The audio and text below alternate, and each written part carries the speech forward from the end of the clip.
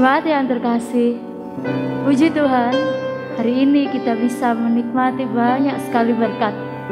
Kita bisa menikmati nafas kehidupan dari Tuhan.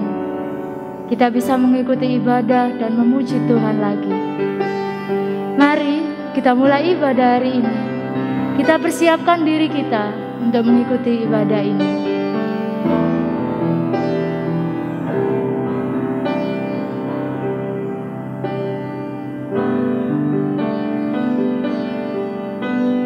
Mari jemaat sekalian, kita sambut kehadiran Tuhan. Mari kita muliakan Allah Bapa kita. Kita pujikan, muliakan Allah Bapa.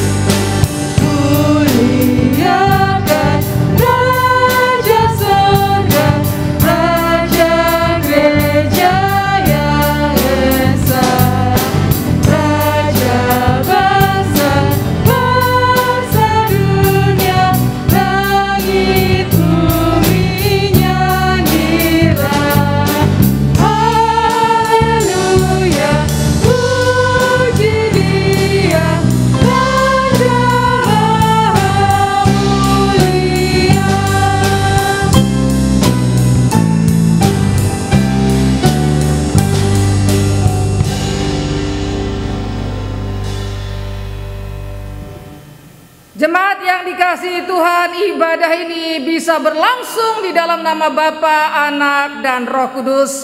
Amin.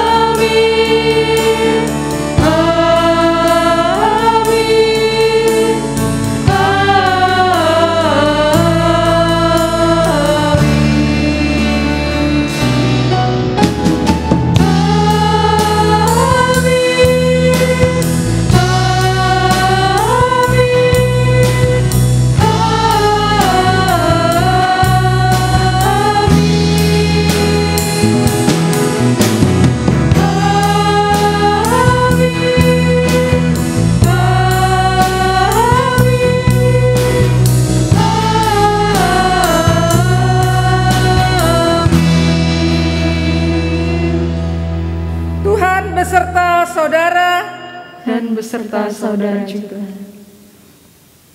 Sebab tidak ada perbedaan antara orang Yahudi dan orang Yunani, karena Allah yang satu itu adalah Tuhan dari semua orang. Tetapi bagaimana mereka dapat berseru kepadanya jika mereka tidak percaya kepada Dia? Bagaimana mereka dapat percaya kepada Dia jika mereka tidak mendengar tentang Dia? Bagaimana mereka mendengar tentang Dia jika tidak ada yang memberitakannya? Dan bagaimana mereka dapat memberitakannya jika mereka tidak diutus? Seperti ada tertulis, betapa indahnya kedatangan mereka yang membawa kabar baik. Ya, Tuhan kita tidak pernah memilih untuk siapa saja keselamatan akan diberikan. Tuhan tidak pernah membedakan untuk siapa saja kesehatan akan diberikan. Semua dapat menikmatinya, semua dapat merasakannya. Tugas kita hanya perlu percaya padanya dan memberitakan pada semua orang bahwa Tuhan itu sumber dari segala berkat dan keselamatan. Mari kita percaya dan beritakan kabar baik ini sampai kelak kita beroleh mahkota.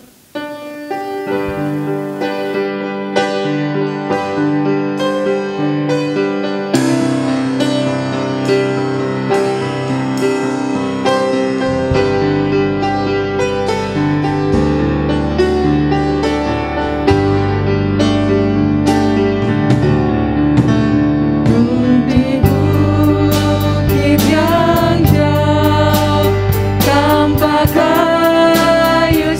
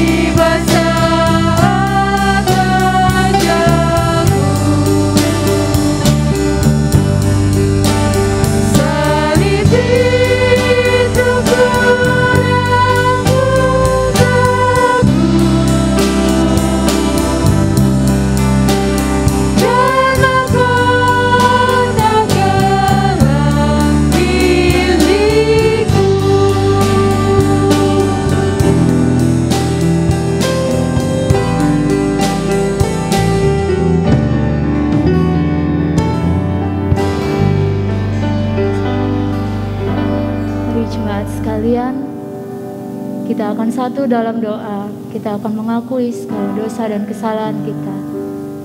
Mari kita berdoa.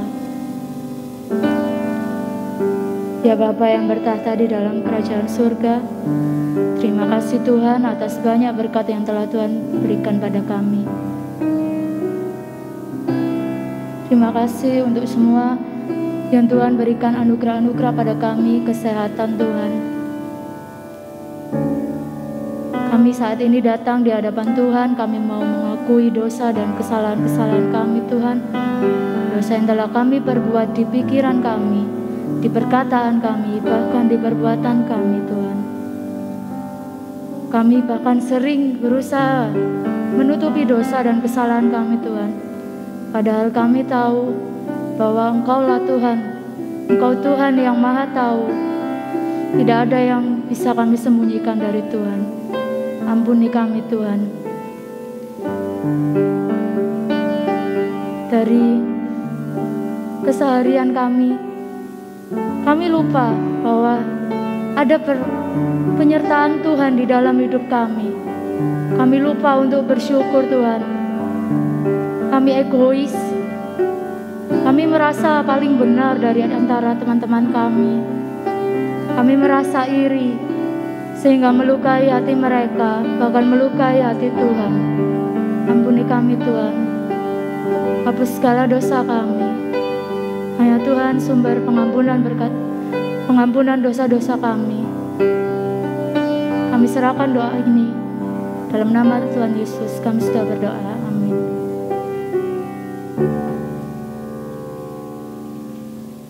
Bagi kita yang sudah mengaku dosa, terimalah berita anugerah yang terambil dari Daniel 12 ayat yang ketiga. Dan orang-orang bijaksana akan bercahaya seperti cahaya cakrawala, dan yang telah menuntun banyak orang kepada kebenaran seperti bintang-bintang, tetap untuk selama-lamanya.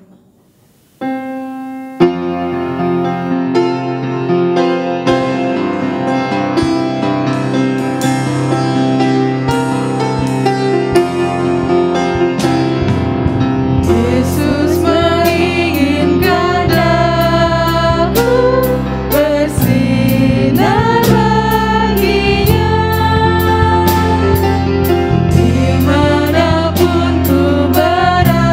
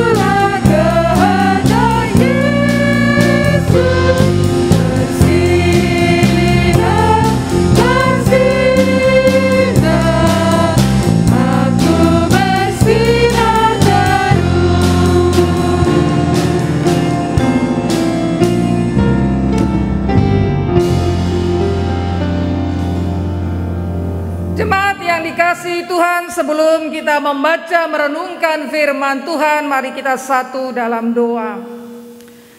Tuhan, kami tahu Engkau hadir dimanapun anak-anak-Mu hadir. Ketika kami rindu di dalam ibadah, kami senantiasa merindukan suara-Mu. Maka Engkau Tuhan Allah yang kami sembah, yang kami serukan, Engkau akan hadir untuk menolong kami, supaya firman itu bukan hanya sekedar kami dengar, tapi boleh menjadi bagian di dalam hidup kami. Tolong hamba-Mu Tuhan, supaya dia mampu menyampaikan apa yang menjadi maksud hati Tuhan. Karena hamba-Mu penuh dengan kelemahan, tetapi rencana ajaib Tuhan tidak terhalangi oleh kelemahan manusia. Oleh karena itu setiap kami yang beribadah hari ini, baik hamba-Mu maupun umat-Mu, kami sama-sama merendahkan diri supaya firman itu menyapa kami. Inilah seru doa kami, di dalam nama Yesus kami berdoa. Amin. Jemaat yang dikasihi Tuhan, bacaan kita hari ini dari 1 Korintus 9 ayat 15 sampai 23. 1 Korintus 9 ayat 15 sampai 23. Demikian teks firman Tuhan. Tetapi aku tidak pernah mempergunakan satupun dari hak-hak itu. Aku tidak menulis semuanya ini supaya aku pun diperlakukan juga demikian. Sebab aku lebih suka mati daripada. Sungguh kemegahanku tidak dapat ditiadakan siapapun juga. Karena jika aku memberitakan Injil, aku tidak mempunyai alasan untuk memegahkan diri. Sebab itu adalah keharusan bagiku. Cilakalah aku jika aku tidak memberitakan Injil. Kalau andai kata aku melakukannya menurut kehendakku sendiri, memang aku berhak menerima upah. Tetapi karena aku melakukannya bukan menurut kehendakku sendiri, pemberitaan itu adalah tugas penyelenggaraan yang ditanggungkan kepadaku. Kalau demikian, apakah upahku? Upahku ialah ini, bahwa aku boleh memberitakan Injil tanpa upah, dan bahwa aku tidak mempergunakan hakku sebagai pemberita Injil. Sungguh pun aku bebas terhadap semua orang. Aku menjadikan diriku hamba dari semua orang, supaya aku boleh memenangkan sebanyak mungkin orang. Ayat 20. Demikianlah bagi orang Yahudi, aku menjadi seperti orang Yahudi, supaya aku memenangkan orang-orang Yahudi. Bagi orang-orang yang hidup di bawah hukum Taurat, aku menjadi seperti orang-orang yang hidup di bawah hukum Taurat. Sekalipun aku sendiri tidak hidup di bawah hukum Taurat, supaya aku dapat memenangkan mereka yang hidup di bawah hukum Taurat. Bagi orang-orang yang tidak hidup di bawah hukum Taurat, aku menjadi seperti orang yang tidak hidup di bawah hukum Taurat. Sekalipun aku tidak hidup di luar hukum Allah, karena aku hidup di bawah hukum Kristus, supaya aku dapat memenangkan mereka yang tidak hidup di bawah hukum Taurat. Bagi orang-orang yang lemah, aku menjadi seperti orang yang lemah, supaya aku dapat menyelamatkan mereka yang lemah. Bagi semua orang aku telah menjadi segala-galanya, supaya sedapat mungkin memenangkan beberapa orang dari antara mereka. Segala sesuatu ini aku lakukan karena Injil, supaya aku mendapat bagian dalamnya. Demikian pembacaan firman Tuhan. Yang berbahagia adalah setiap kita membaca, merenungkannya, dan melakukan dalam hidup kita hari lepas hari. Haleluya.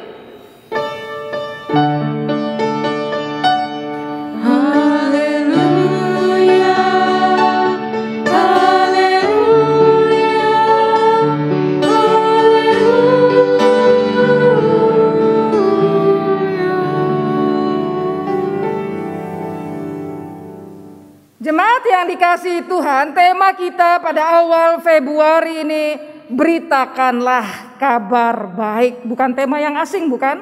Beritakanlah kabar baik. Saya ingin bercerita dulu ya. suatu ketika di dalam WA grup keluarga ya, kami itu ada WA grup, pasti semua juga ada ya, karena masa pandemi ini malah tambah akrab ya sama keluarga ya, kita tambah akrab. Awalnya sih kami itu sebenarnya telepon-teleponan ya, waktu ada mami saya masih ada, kita pakai video call yang boleh berempat, gantian jadi susah gitu ya. Akhirnya lama-lama pakai Zoom dan lain sebagainya. Akhirnya sekarang ibadah tiap minggu ya. Ya jadi saya semakin kenal keponakan-keponakan saya dan malah tambah luar biasa ya positifnya pandemi. Dan sekali waktu kami bercerita tentang orang-orang yang kena COVID ya. Wah, saya teman di kantor dan lain sebagainya, itu terjadi ya. Terus kadang-kadang kalau itu adalah misalnya orang yang kami kenal bersama, jadi seru. Sekali waktu ada cerita di mana begini, wah itu orang ya, dia itu orangnya loyal sekali ya. Saya nggak memberitahu perusahaannya, tetapi dia adalah divisi yang lain, pemimpin yang lain di dalam satu perusahaan besar ya. Kemudian kakak saya cerita, wah orangnya loyal banget. Kapan aja bosnya panggil, dia itu selalu siap, kayaknya kerjanya 24 jam gitu ya. Waktu cerita kayak gitu, lalu dia itu enggak, walaupun perempuan ya, tetapi tantangan apapun dia terima, dia enggak akan katakan tidak setiap tantangan dari bosnya ya. Jadi luar biasa kerjanya. Dan dia kena COVID, kemudian dia meninggal ya. Tapi kami melihat dari cerita kakak saya itu, karena kakak saya memimpin di divisi yang lain, habis kerjaannya dia langsung kerjaannya kakak saya ya. Kemudian dia katakan ya kayak begitu di perusahaan itu seluruhnya tenaga, tapi dia memang orangnya luar biasa kerjanya. Kami menyimpulkan orang ini bagus ya, dan juga bawahannya selalu mengatakan wah ibu itu luar biasa ya, inspirasinya kerjanya. Dan kemudian salah satu kakak saya yang lain katakan wah hebat ya, kalau kita dengar orang-orang loyal bekerja gitu kita senang gitu ya. Dan yang dikasihi Tuhan, cerita itu ada suatu hal yang kami ceritakan itu saya garis bawahi. Loyalitas dalam bekerja. Bukan itu menjadi sebuah kesaksian di dalam kehidupan ya. Bagaimana bekerja dengan baik. Dan kalau saya melihat akan teks yang kita baca ini, kita juga melihat contoh seorang yang loyal di dalam imannya. Di dalam tugas yang Tuhan beri, yaitu kepada Paulus. Apa yang saya katakan tentang keloyalannya? Saudara bayangkan, dia menyatakan dengan jelas, jikalau aku memberitakan Injil, tidak ada yang bisa aku megahkan. Aku tidak memegahkan diri. Sebab itu adalah keharusan bagiku. Ya, maaf ini kok saya punya turun-turun ya. Sebab itu adalah keharusan bagiku. Terus kata yang lain lagi yang saya lihat luar biasa, Paulus katakan cilakalah aku jika aku tidak memberitakan Injil. Cilaka. Kata yang dipakai itu adalah kata yang menunjukkan keharusan, cilaka. Ya. Itu artinya apa? Kalau Paulus tidak memberitakan Injil, dia cilaka. Final, hidupnya fatal ya. Sesuatu kesalahan fatal jikalau ia tidak memberitakan Injil. Saudara ada, tadi saya katakan ada orang yang loyal di dalam pekerjaannya, tetapi hari ini kita diingatkan dengan seorang yang loyal di dalam imannya, di dalam kasihnya kepada Tuhan, di dalam memberitakan Injil. Ini baca teks ya, ini baca teks. Sekarang tentu kalau kita baca teks, kalau bersaat teduh, kalau kita belajar firman Tuhan bukan si dia, bukan Paulus lagi. Tapi apa yang terjadi dengan kita? Lah kok aku gak seperti Paulus ya? Aku kok gak loyal gitu ya? Saya dan Anda akan bertanya, kenapa saya sama-sama Kristen, sama-sama adalah orang yang percaya, tapi saya memberitakan Injil, apakah itu prioritas? Loh, bahkan seluruh kehidupan saya, bahkan kalau kita bekerja di kantor, di pasar, rumah tangga kita, apakah pemberitaan Injil prioritas? Lah kok enggak ya? Nah ini yang justru menjadi perenungan kita. Kenapa ada orang seperti Paulus, ada orang yang seperti kami ini, kita ini. Nggak ada perasaan cilaka kalau aku nggak memberitakan Injil. Hari-hari itu lewat, sudah tahun 2021. Apakah saudara reject bahwa hidup saudara 2020 itu dan saya memberitakan Injil? Apakah suami istri mengatakan, wah kita dalam 2020 kita menang di dalam memberitakan Injil, bahwa ada orang yang melihat bagaimana karya layanan kita dan mereka juga mau ikut. Wah, kita 2020 ada recheck kita tentang hal itu. Jadi justru kita hari ini mau melihat kenapa bagi Paulus cilaka, bagi kita enggak. Bahkan ingat pun enggak gitu ya. Ingat pun apakah itu memberitakan Injil? Kalau dinilai dari sisi Paulus kita cilaka semua sudah ya. Kalau sebuah lembaga apalagi kayak gereja tidak memberitakan Injil ya cilaka kata Paulus. Cilaka semua. Sia-sia yang dilakukan karena kita harus loyal memberitakan Injil itu. Saudara dikasih Tuhan, ini yang saya ulang-ulang baca. Loh kok kita enggak seperti Paulus ya. Maka kalau saya itu diuntungkan karena saya profesinya pendeta ya. Pendeta setiap hari baca firman, apalagi masa pandemi berbagi lagi dengan jemaat, dengan orang lain. Setiap hari baca firman, merenungkan. Tapi juga nggak otomatis pendeta ingat bahwa dia harus memberitakan Injil. Karena ada banyak kita juga, saya juga harus recheck ya. Kita lupa, kita senang kesibukan pelayanan daripada kita memberitakan Injil. Kesibukan pelayanan itu menjadi seperti kebutuhan ya. Udah seperti apa mendarah daging. Wah, pokoknya kalau nggak sibuk itu kebutuhan ya. Terus apa? Kalau nggak dihormati, nggak dimuliakan atau kita butuh kekuasaan, akhirnya apakah kita memberitakan Injil? Ya belum tentu pendeta juga memberitakan Injil ya, seperti Paulus cilaka. Nah saudara sekali waktu sehubungan dengan saya pernah sering sharingnya, ada majelis yang tanya sama saya. Bu Agustina cerita bahwa ada sebuah perubahan konsep ya selama Bu Agustina di Sulung. Ya, saya ada perubahan konsep, ada perubahan cara berpikir. Ini berhubungan dengan pemberitaan Injil ya. Loh, kok nggak diceritakan ya? Ini saya cerita sedikit ya di sini.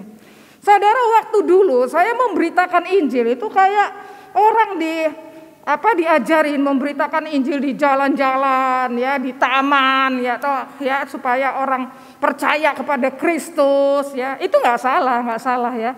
Tetapi seolah-olah hanya itu memberitakan Injil caranya ya. Jadi ada konsep yang wah pokoknya kalau kita naik kereta kita harus memberitakan Injil kepada orang sebelah kita. Jadi sepanjang duduk di kereta itu kita malah jadi tegang gitu ya. Orang ini mau enggak gitu ya, atau enggak akhirnya jadi kita bisa memaksa. Lama-lama saya pikir ya, kok memberitakan Injil itu kadang-kadang kok memaksa, bukan ramah ya. Memberitakan Injil itu kan enak, orang juga senang gitu ya, bukan kita memaksa orang gitu ya. Lalu saya sekolah lagi ya, 2001 saya sekolah lagi. Saya dapat konsep waktu saya sekolah lagi di saat dapat konsep holistik. Wah, saya sangat kenceng kenal saya underline di dalam pikiran saya holistik. Ternyata memberitakan Injil not direct saja. Bukan hanya kita harus memberitakan Injil orang itu pindah menjadi Kristen lalu kita senang. Caranya apa? Terserah. Caranya mau kasar, mau karena kita pengusaha, pegawai kita suruh atau kita ibu rumah tangga, pokoknya helper kita bawa ke gereja, pokoknya mau memberitakan Injil. Kok kalau kayak gitu kan namanya maksa ya. Apakah iman maksa? Akhirnya saya berpikir, oh holistik. Ternyata waktu saya diajarin holistik memberitakan Injil itu. Ini ya ingat. Bukan hanya secara direct tapi menghadirkan kerajaan Allah. Menghadirkan kerajaan Allah berarti orang Kristen gereja harus ramah seperti kehadiran Tuhan di tengah dunia ini. Oleh karena itu saya mulai berubah konsepnya. Wah ini kok nggak ada saya dapat dari dulu ya. Holistik itu ya. Saudara, oleh karena itu saya pulang kembali ke Sulung. Saya mengatakan Tuhan maaf saya ampuni saya punya konsep yang salah. Saya bertanggung jawab kepada jemaat yang saya layani. Mulailah tentang alam. Bahwa kalau orang Kristen itu baik, maka dengan alam itu baik. Kalau orang Kristen baik, maka dengan hewan pun baik. Kalau orang yang Kristen baik, maka dengan agama yang lain pun baik, ramah, merangkul. Tidak ada sesuatu hal yang kita mendiskriminasikan siapapun di dalam hidup ini. Holistik. Alam semesta ini dengan kehadiran orang percaya, kehadiran gereja menjadi nyaman, indah. Mulai saya berubah konsep. Itu cuplikan kecil. Kita kembali lagi ke laptop ya. Saudara yang dikasihi Tuhan, kenapa ada orang seperti Paulus? Dan hari ini sebenarnya kita menangis, Tuhan, kenapa aku tidak seperti Paulus? Kenapa hatiku tidak seperti Paulus? Apakah aku kurang cinta kepadamu yang menyelamatkan aku? Karena aku sama sekali kadang-kadang memberitakan Injil tidak ada di dalam schedule hidup saya. Ketika ada di rumah tangga, ketika ada di permainan, ketika kita bergaul, ketika kita ada kantor, tidak ada planningku memberitakan Injil. Saudara yang dikasihi Tuhan, hari ini seharusnya kita recheck ulang perjalanan kita melalui hidup Paulus ini. Kalau Paulus mengatakan cilaka, lalu sekarang posisi kita gimana? Jemaat yang dikasihi Tuhan, kalau kita membaca teks yang kita baca dari 1 Korintus 9 itu adalah Paulus sedang mengatakan bahwa dia sedang diragukan kerasulannya. Paulus itu sedang diragukan kerasulannya, sama dipermainkan haknya sebagai pemberita Injil. Ya, itu teks ini. Tetapi saya tidak bisa dibatasi teks ini. Kalau kita sekarang ini mau mengatakan bahwa pemberitaan Injil itu seperti Paulus, cilakalah aku jikalau aku tidak memberitakan Injil. Maka kita harus lihat teks ini dari awal. Dari awal hidup Paulus. Kenapa kok dia bisa ngomong seperti itu? Saudara, saya dapati, saya melihat, saya merenungkan bahwa poin utamanya adalah perjumpaan dengan Tuhan. Itulah poin pertama, adalah perjumpaannya dengan Tuhan. Saudara, perjumpaannya dengan Tuhan ketika di Damsyik. Kalau saudara baca di dalam Kisah Rasul 9, tadinya dia berkobar-kobar untuk membunuh murid Tuhan. Tadinya berkobar-kobar membunuh murid Tuhan. Tapi sejak ada cahaya, kemudian ada suatu pengalaman. Saulus, Saulus, mengapa engkau menganiaya aku? Siapa engkau, Tuhan? Akulah Yesus yang kau aniaya. Pengalaman perjumpaan dengan Tuhan itu adalah perubahan yang luar biasa di dalam diri Paulus. Dia mengalami sesuatu hal yang luar biasa. Hal yang kedua adalah perubahan konsep. Perubahan konsep terjadi. Kalau orang mengalami perjumpaan dengan Tuhan, pasti perubahan konsepnya terjadi. Paulus alami itu. Dulunya dia adalah seteru Allah. Dulunya dia mau membunuh murid Tuhan. Tetapi sekarang saudara tahu, sejak kejadian di Damsyik, dia langsung memberitakan Yesus adalah Mesias. Saudara, sangat 180% berubah. Perubahan konsep ini juga membawa perubahan hidup. Aktivitas Paulus jadi berbeda. Aktivitas Paulus sekarang ini adalah selalu kemana ngomong Yesus adalah anak Allah, Yesus adalah Mesias. Dia katakan, dan orang heran, orang Yahudi heran. Murid-murid Tuhan juga heran, ini orang bahaya kok. Sekarang kok pemberitaannya, jadi dia masih belum diterima saudara ya. Tetapi Paulus sangat ada perubahan itu, perubahan konsep, perubahan di dalam hidupnya. Itu yang terjadi. Jadi pertama tadi apa? Perjumpaan dengan Tuhan. Saudara dan saya harus ingat kapan kita berjumpa dengan Tuhan. Yang kedua apa? Perubahan konsep. Konsep berubah. Saudara semakin belajar, semakin tahu konsep yang baru. Kalau saudara setia, maka berubahlah sesuai konsep yang baru. Tadi saya kan mengatakan bahwa saya punya pengalaman yang indah sekali. Ketika saya mengetahui setelah sekolah itu mengetahui bahwa pemberitaan Injil itu adalah holistik. Yang satu direct, yang satu adalah menghadirkan kerajaan Allah di tengah dunia ini. Maka saya berubah di dalam konsep mengajar kepada jemaat. Juga berubah ketika membimbing di bidang misi. saya mengalami perubahan dan itu seru sekali dan indah sekali. Sekalipun banyak tantangan. Saudara yang dikasihi Tuhan, itu yang terjadi. Perubahan hidup. Kemudian apa yang kita saksikan? Saudara, Paulus itu di dalam, saudara nanti pulang baca ya. Kisah, bukan pulang sekarang di rumah ya. Habis ini, habis Bu Agustina selesai, ibadah ini selesai. Cuman sebentar, saudara baca lagi ya. Kisah Rasul pasal 9 itu ya. Setelah itu dia memberitakan Injil. Setelah dia memberitakan Injil, saat itu apa tantangannya? Paulus akan dibunuh. Orang-orang Yahudi ini marah dengan Paulus, akan dibunuh. Kota itu dikepung ya, kota itu udah dijaga. Tapi saudara tahu apa yang terjadi? Paulus diselamatkan, ada murid-murid Tuhan menanti dia dipakai keranjang, diturunkan dari tembok. Itu yang dia alami. Jadi orang yang alami perubahan konsep, orang yang mau berubah hidupnya ada tantangan. Tapi tidak takut tantangan, tidak takut. Karena ada pemeliharaan Tuhan. Sekali itu Paulus alami, dia pergi ke Yerusalem. Waktu di Yerusalem, murid-murid tidak mau menerima dia. Wah, kita takut ini Paulus. Benar nggak Paulus ini? Ya, masa dia orang jahat sekali, masa bisa berubah gitu ya? Jadi murid-murid Tuhan juga takut menerima Paulus. Tapi apa yang terjadi, saudara? Apa yang terjadi? Paulus ditolong lagi oleh Barnabas. Barnabas ajak Paulus, dia bersaksi sama rasul-rasul lain. Ini dia punya pengalaman. Ada lagi yang menolong, Barnabas. Setelah itu dia pergi ke Kaisarea, juga mau dibunuh. Ada lagi yang menolong. Jadi dia mengalami kesaksian dalam hidupnya. Setelah dia berjuang dengan Injil, selalu ketika ada tantangan ada orang yang menolong, ada orang yang diutus Tuhan menolong dirinya. Sehingga pengalamannya makin kaya, makin kaya. Saudara, saya mau mengisahkan ini adalah begini ya. Kalau kita mau sampai seperti Paulus, cilakalah aku. Ada beberapa tahapan yang harus kita lewati. Gak bisa. Kalau hari ini cuma tema, beritakanlah Injil. Wes, mari selesai saya khotbah ya. Terserah saudara mau memberitakan Injil apa enggak. Tapi nyatanya enggak memberitakan Injil. Nyatanya ya sulung orang-orangnya enggak suka memberitakan Injil. Misalnya. Nyatanya kita gereja yang enggak berubah menjadi gereja yang memberitakan Injil misalnya. Kenapa?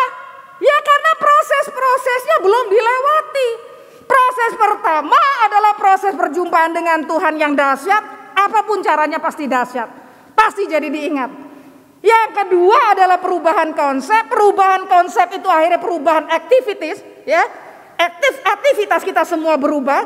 Paulus tadinya mau bunuh murid Tuhan. Sekarang dia menjadi pembela utama. Habis itu ada tantangan dalam pemberitaan Injil, nggak takut. Semakin ngalami, waduh Tuhan menolong, luar biasa, tambah nggak takut. Karena udah pasti Tuhan menolong. Nah, pola ini harus menjadi pola di dalam kehidupan kita.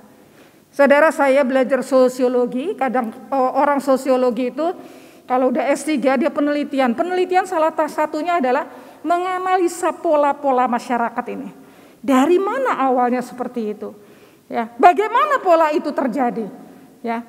Nah, saudara, saya belajar itu untuk melihat ini juga sebuah pola. Paulus mengalami pola yang itu, semakin kenal Tuhan, semakin berani, semakin memberitakan Injil, semakin kenal Tuhan dengan segala tantangan. Jadi dia nggak takut tantangan, nggak takut mati, udah nggak takut mati. Pokoknya demi Tuhan aku nggak takut mati sudah. Saudara, kalau kita belum menghadapi pola ini, belum bisa memberitakan Injil. Kalau ketika kita itu sakit, ketika kita itu nggak punya uang, kita sudah kalut, sudah nggak Tuhan-Tuhanan, kita kalah, cuman punya Tuhan di konsep. Kita kalah, kita punya Tuhan bukan di perubahan hidup, cuman di omongan-omongan rohani. Kalau sampai situ saja polanya tidak berulang-ulang, tidak mungkin kita punya pernyataan yang sama dengan Paulus. Cilakalah aku jika aku belum memberitakan Injil. Nggak mungkin. Pola itulah yang harus kita hidupi. Saya mengajak umat sekalian, jemaat sekalian, dan saya juga, mari kita punya pola iman yang kita hidupi, supaya kita semakin kenal Tuhan. Saudara dikasihi Tuhan, kalau Paulus mengalami seperti itu, pola apa dalam hidup kita? Kalau polanya gini, wah percaya Tuhan, kita percaya ya Tuhan, Karena kita apa? Karena kita ibadah, percaya sama Tuhan. Tapi begitu ada tantangan, kita ada panggilan waktu percaya sama Tuhan. Panggilanmu apa? Ya untuk orang miskin. Panggilanmu apa? Untuk ibadah. Panggilanmu apa ya? Setelah panggilan itu ada tantangan. Ada tantangan, wedi kita sama orang-orang di sekeliling kita. Wah, nanti orang ini akan ngecap aku gimana. Akhirnya kita mundur. Akhirnya nggak buat pola iman. Dan kita tidak mungkin bisa sampai kepada suatu pernyataan seperti Paulus. Kecuali pola kita sama seperti Paulus, sesuai dengan pengalaman kita sendiri. Ada panggilan Tuhan, ada tantangan, gak takut. Kalau Tuhan beserta, siapapun aku hadapi. Ketika kita alami, benar Tuhan tolong saya. Kemudian dia punya kesaksian, kemudian dia punya pengalaman yang baru dengan Tuhan. Dan berpola lagi. Nah, saudara yang dikasihi Tuhan, pola itu apakah kita alami? Daripada saya mau mengajak kita, mari kita memberitakan Injil. Tapi saya lebih mengajak kita, pola iman Paulus itu, apakah menjadi pola kita? Supaya kita bukan hanya kagum sama Paulus yang loyal. Bukan hanya kagum, tapi itu aku alami, saudara. Sayang sekali jika berkali-kali kita baca Alkitab cuma kagum sama Paulus, kagum sama Petrus. Baca lagi Paulus diselamatkan, orang-orang diselamatkan. Ya baca gitu loh ya. Tapi apakah itu menjadi hidup kita? Bagaimana bisa menjadi hidup kita jika kita tidak menuruti, tidak berjalan bersama dengan Tuhan? Saudara dikasihi Tuhan, mari kita renungkan pola hidup kita. Karena tidak mungkin kita memberitakan Injil kalau pola-pola itu belum kita alami. Saudara yang dikasihi Tuhan, di dalam teks ini tadi saya sudah katakan, Paulus mengatakan, celakalah aku jikalau aku tidak memberitakan Injil. Bahkan itu dikatakan keharusan. Ketika ada tantangan, masalah kerasulannya, dia katakan kepada orang Korintus, bukankah kamu hasil daripada pemberitaan Injilku? Itu tanda kerasulannya. Saudara baca di pasal 1 Korintus 9 di awal-awal. Terus dia juga katakan, persoalan kerasulannya adalah dia melihat Yesus, Sang Mesias, itu tanda kerasulannya.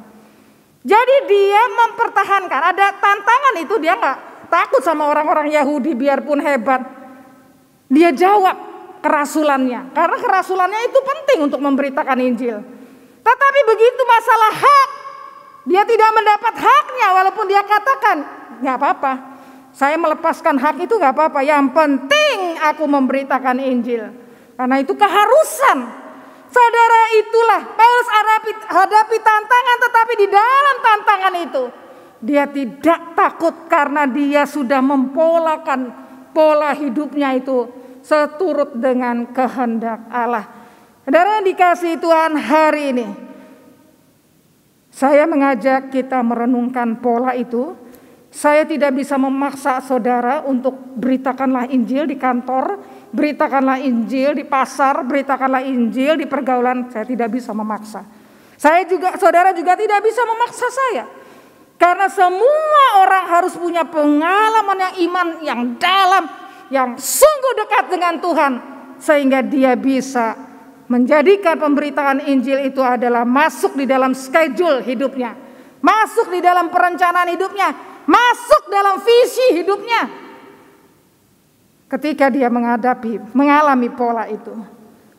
Dan yang dikasihi Tuhan, jelas bukan bahwa mari kita mengikuti teladan Paulus supaya kita bisa memberitakan ini. Dan memberitakan Injilnya gimana Bu Agustina? Sekarang ini kan cuman zoom-zooman tok. Ya. Bolak-balik zoom, bolak-balik dari. Bisa lah, bisa. Kalau kita mau bisa. Emang saudara gak ketemu orang? Lewat Zoom, ya kan orang. Masa di Zoom ngomong sendiri? Kan enggak. Ya. Melalui apa? Saya bertemu, barusan ini pelayanan bertemu dengan orang-orang muda tentang visi kehidupan ya. Ya tentu, mereka punya kerjaan udah bagus-bagus saudara di luar negeri. Saya bicara apa? Ya bicara tentang kami bersama-sama saling mengingatkan bahwa Tuhan punya tujuan atas hidup kita. Jadi masa pandemi ini tidak kurang anak Tuhan karena firman-Nya nggak berubah kok ya. Saudara, firman tuh nggak bisa berubah ya. Pemberitaan Injil itu harus, kalau ada gereja yang nggak memberitakan Injil ya tinggal tunggu matinya aja. Ya, kalau ada anak Kristen nggak memberitakan Injil, tinggal tunggu selesai. Ya, paling nanti ya ada tinggal pemilihan. Benarkah murid Tuhan sejati apa bukan? Caranya apa? Di mana saudara berada? Di keluarga saudara, di masyarakat ketika Zoom itu ada konsep-konsep Kristiani. Tapi tadi saya juga mengajarkan bukan? Bahwa bukan hanya direct memberitakan Yesus adalah Tuhan. Banyak orang di kota sudah tahu. Tapi pakailah hidupmu. Engkau menjadi orang yang ramah bagi sesamamu. Engkau orang yang berbagi dalam COVID ini. Wah, kesempatan berbagi luas. Ya, wah, aku cuma punya sedikit ya. Belajar kita juga berbagi ya. Karena berbagi nggak harus kaya. Ya, dalam hidup ini banyak hal tadi ya. Dengan alam yang kita cinta ya uploadlah di medsos saudara bahwa saudara cinta alam, bukan pura-pura gara-gara ini. Orang Kristen gak ada pura-pura ya, baik di medsos baik realnya itu gak usah. Kalau di medsos hayu rasanya harmonis bagus, sehari-harinya suka berantem di rumah ya. Kalau di medsos kayaknya cinta alam, padahal sehari-harinya gak peduli sama tanaman. Ya jangan gitu, itu namanya ngebohongin diri sendiri ya. Mari kita bisa diupload itu supaya orang lain juga menginspirasikan orang lain. Mari saudara yang dikasihi Tuhan, kita jangan berhenti. Kita hari ini diajak merenungkan, benarkah pola hidup kita seperti Paulus? Kita juga diajak merenungkan kalau kita sudah berpola benar dalam iman kita. Apakah hari ini pemberitaan Injil itu masih merupakan denyut nadi kita? Baik profesi saudara apapun. Karena saya tadi udah katakan pendeta pun bisa salah arah. Pendeta pun sudah lupa Injil, bisa. Ya, karena apa? Karena puja-puji, karena kekuasaan, karena kenikmatan apa? Kenikmatan kesibukan bisa saja lupa. Ya, saya pun bisa lupa ya kalau Tuhan tidak ingatkan terus-terusan ya. Oleh karena itu siapapun kita, mari kita berkaca. Kalau kita mau menjadi memberitakan Injil, Tuhan pasti ada ide yang untuk kita melakukannya. Biarlah firman Tuhan menolong kita untuk tidak lupa. Ini masih bulan Februari awal, kita diingatkan kembali untuk seluruh kehidupan kita tidak lupa menjadi pemberita Injil dimanapun kita berada. Amin. Marilah kita bersama dengan umat Allah di masa lalu, masa kini dan masa depan, mengingat pengakuan iman pada baptisan kita menurut pengakuan iman rasuli. Aku percaya kepada Allah, Bapa yang Maha Kuasa, Khalik langit dan bumi, dan kepada Yesus Kristus, Anaknya yang tunggal Tuhan kita, yang dikandung dari Roh Kudus, lahir dari anak darah Maria, yang menderita sengsara di bawah pemerintahan Pontius Pilatus, disalibkan, mati dan dikuburkan, turun ke dalam kerajaan maut. Pada hari yang ketiga, bangkit pula dari antara orang mati, naik ke surga, duduk di sebelah kanan Allah, Bapa yang Maha Kuasa, dan dari sana Ia akan datang untuk menghakimi orang yang hidup dan yang mati. Aku percaya kepada Roh Kudus, gereja yang kudus dan am, persekutuan orang kudus, pengampunan dosa, kebangkitan orang mati dan hidup yang kekal.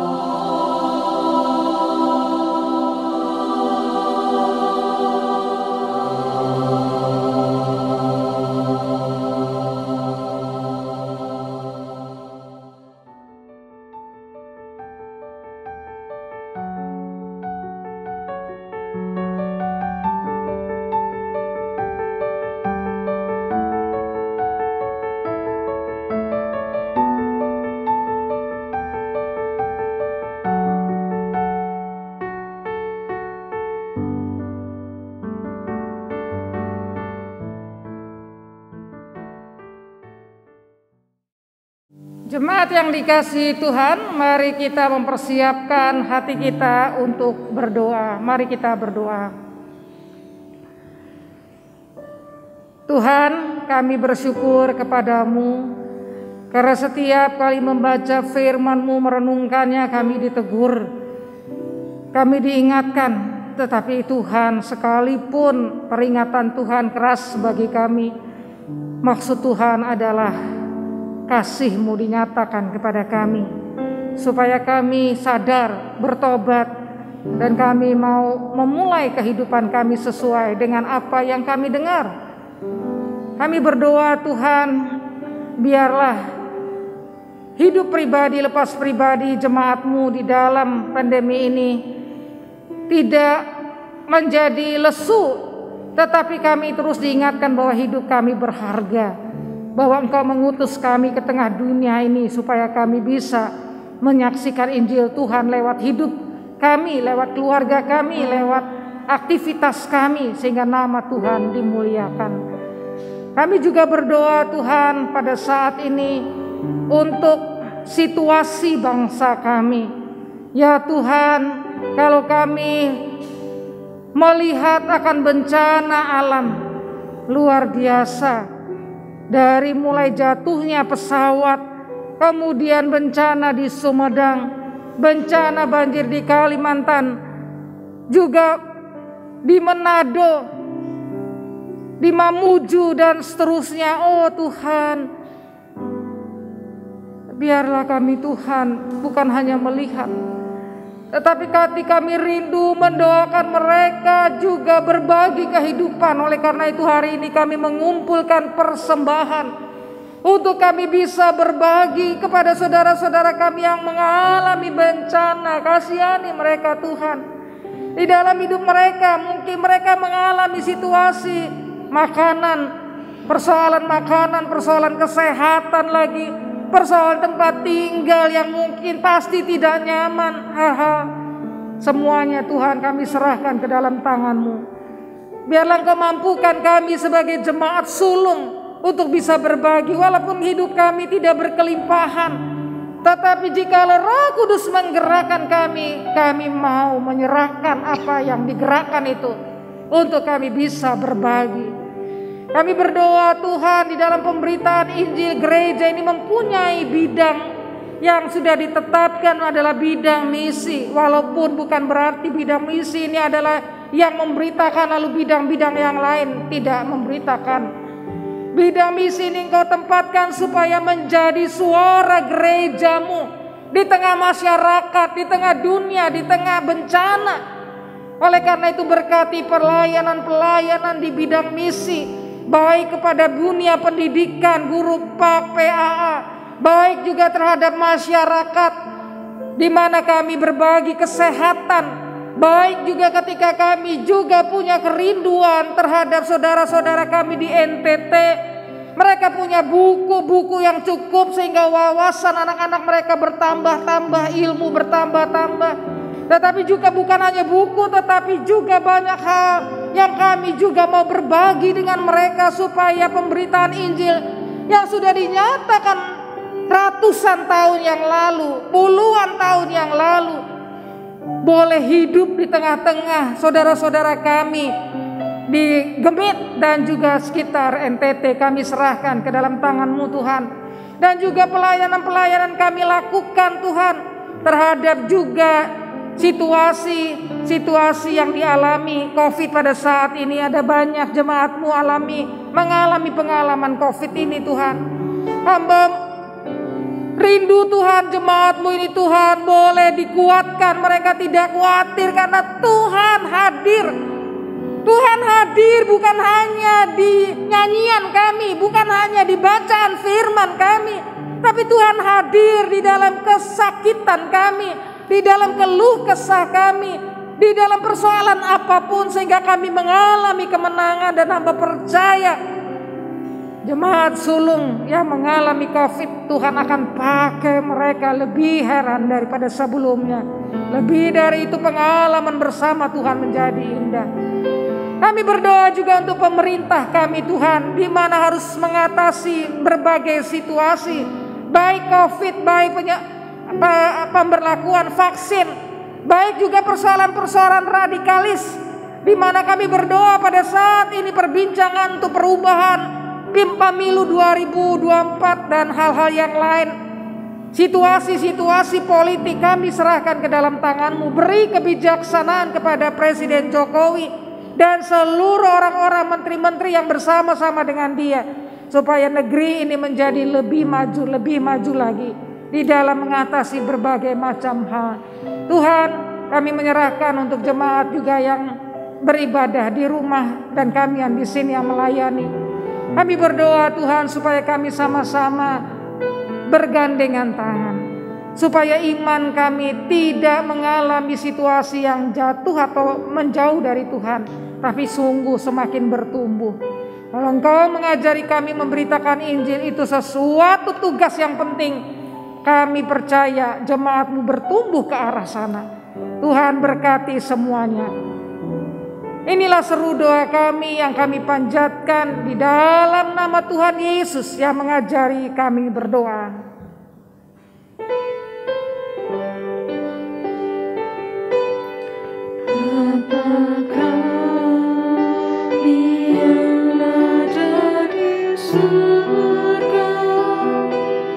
Dikuduskanlah nama-Mu, datanglah kerajaan-Mu, jadilah kehendak-Mu di bumi seperti di surga.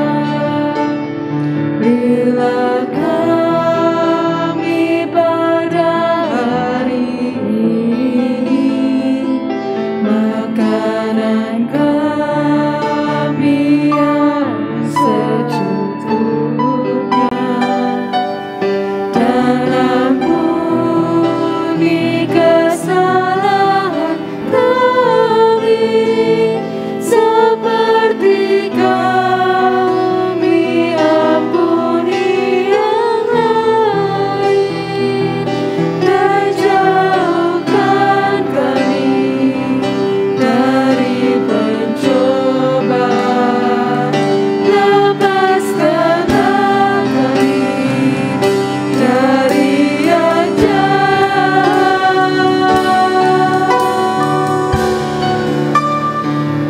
sebab Engkau yang punya kerajaan serta kuasa dan kemuliaan sampai selama-lamanya.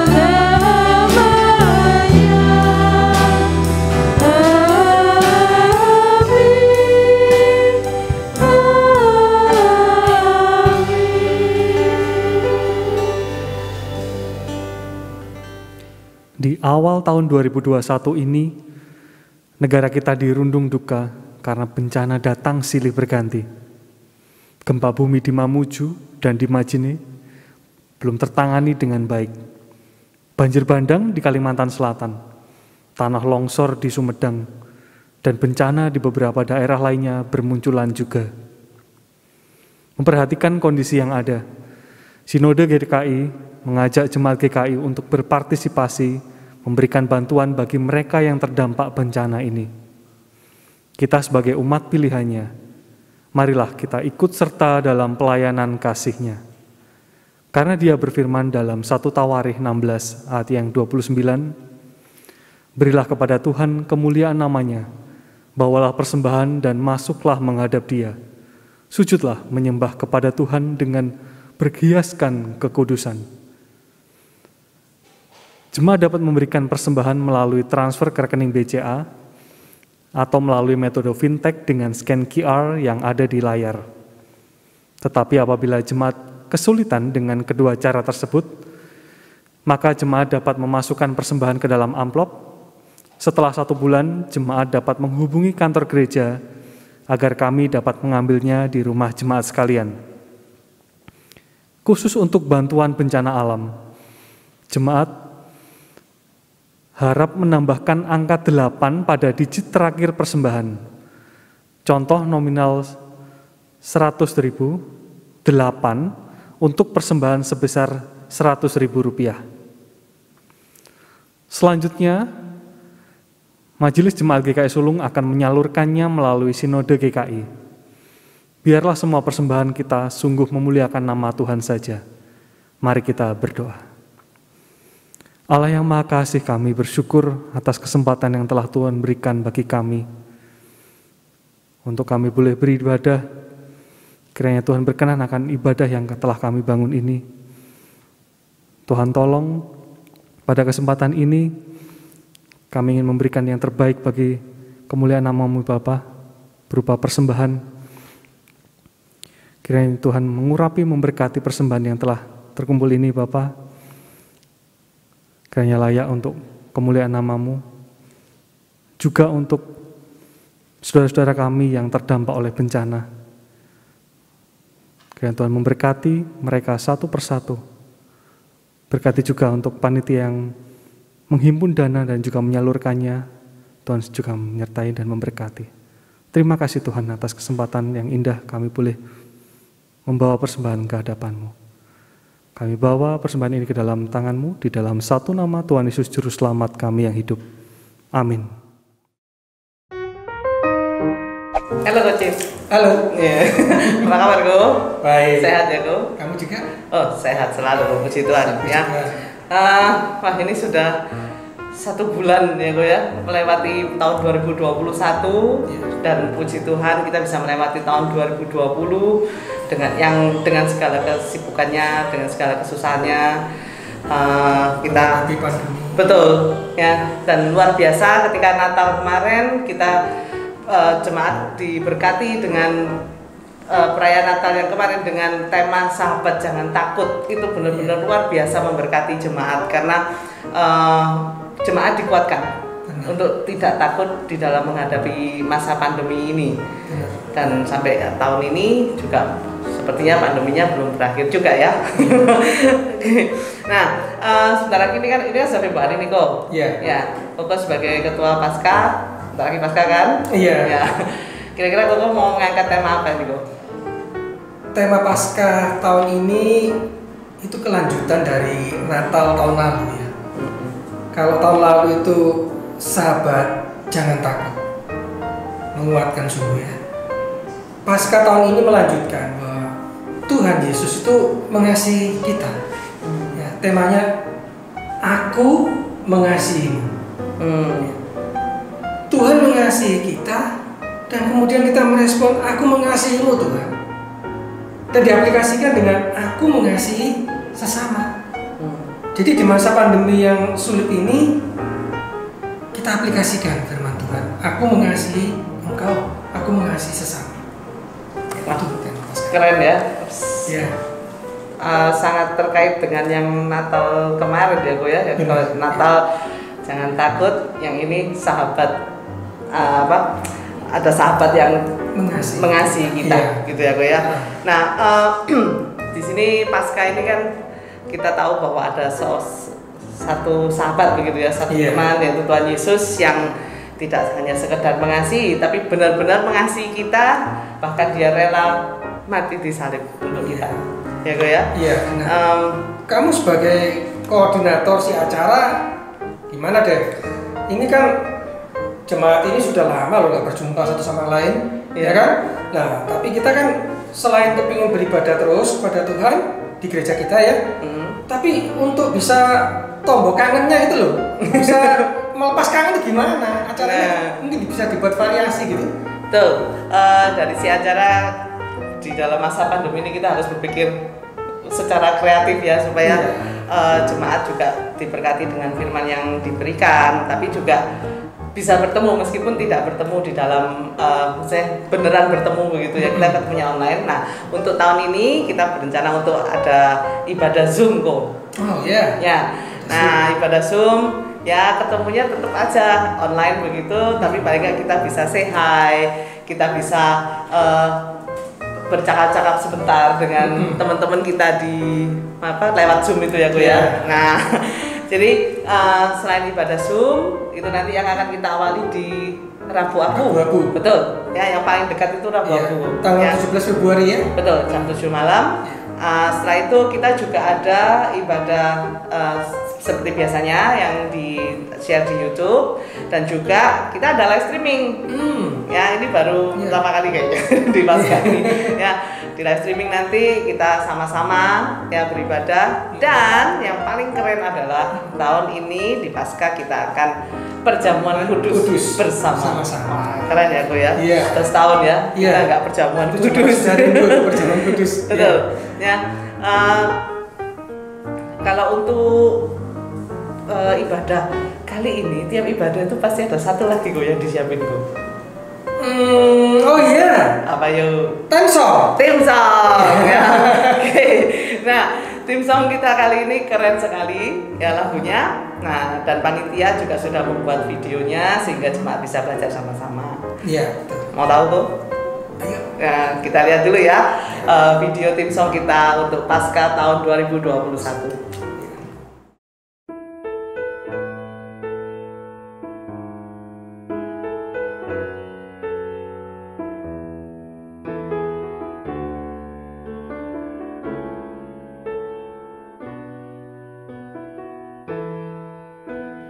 Satu hari lagi kau menuntun langkahku, dengan tangan kasih-Mu kau pegang tanganku Bapa.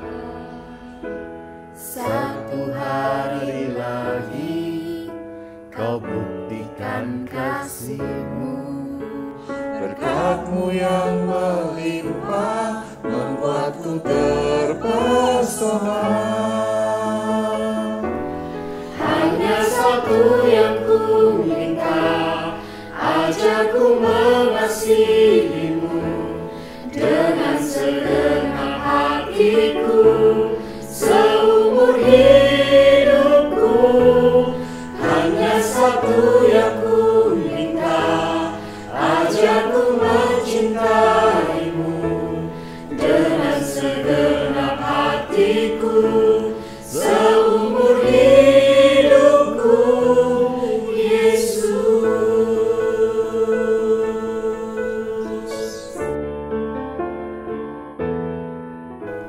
Satu hari lagi kau buktikan kasih-Mu, berkat-Mu yang melimpah membuatku terpesona. Hanya satu yang ku minta, ajarku mengasihi-Mu dengan segenap hatiku seumur hidupku.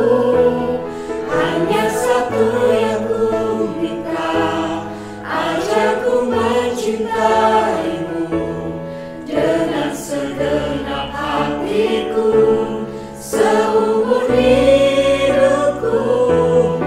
Hanya satu yang ku minta, ajarku mengasihi-Mu dengan segenap hatiku seumur hidupku. Hanya satu yang ku minta, ajarku mencintai-Mu dengan segenap hatiku seumur hidupku, Yesus.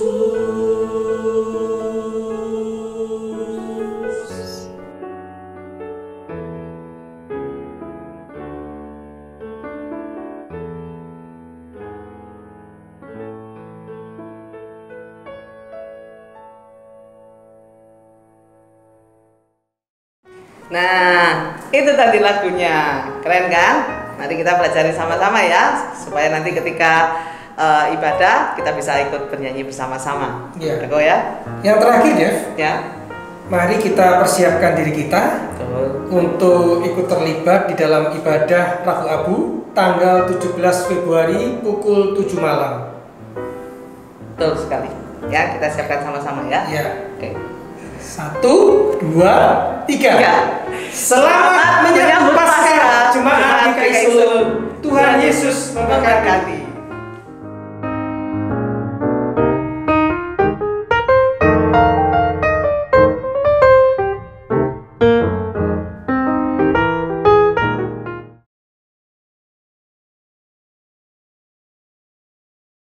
Jemaat yang terkasih, kita sudah menerima berita baik dari Tuhan, kita sudah menerima kabar baik dari Tuhan melalui firman.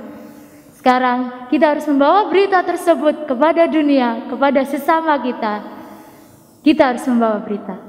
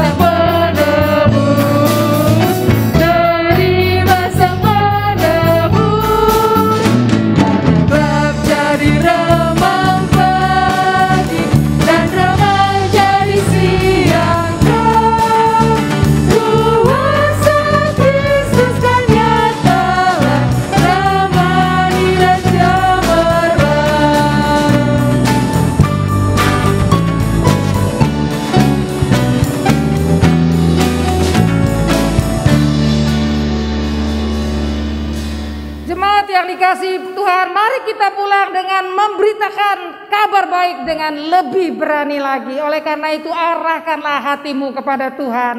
Kami mengarahkan hati kami kepada Tuhan. Jadilah saksi Kristus. Syukur kepada Allah. Terpujilah Tuhan. Kini dan selamanya. Terimalah berkat Tuhan. Tuhan memberkati engkau dan melindungi engkau. Tuhan menyinari engkau dengan wajah-Nya dan memberi engkau kasih karunia. Tuhan menghadapkan wajah-Nya kepadamu dan memberi engkau damai sejahtera sekarang sampai selama-lamanya. Amin.